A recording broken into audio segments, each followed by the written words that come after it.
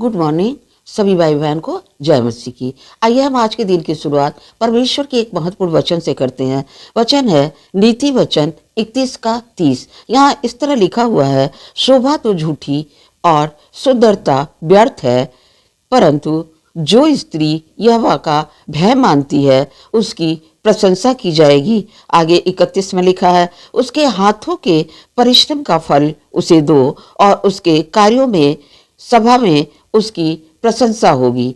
परमेश्वर इस वचन के द्वारा, जबकि आपने पढ़ा होगा कि लिखा हुआ है बाइबल में, नए नियम में, कि सारे पवित्र शास्त्र परमेश्वर की पवित्र आत्मा की प्रेरणा से लिखे गए हैं।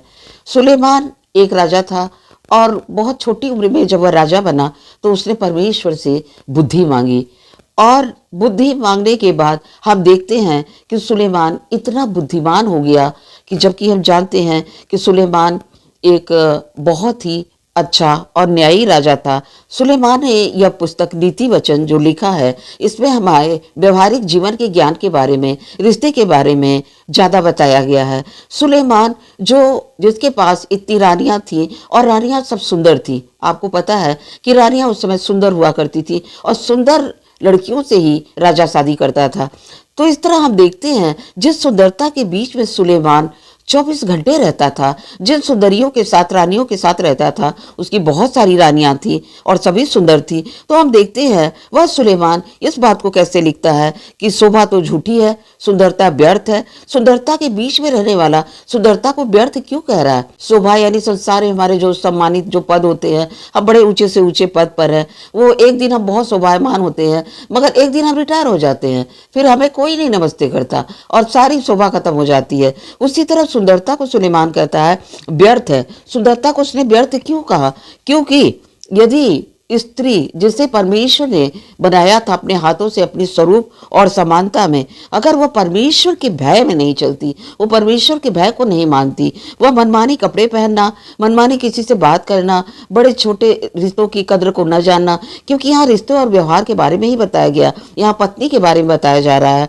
अगर वो ऐसा नहीं करती है, स्त्री यहोवा का भय नहीं मानती है, छोटे बड़े का आदर नहीं करती है, तो उसकी प्रशंसा नहीं की जाएगी। वचन यहाँ स्पष्ट कहता है।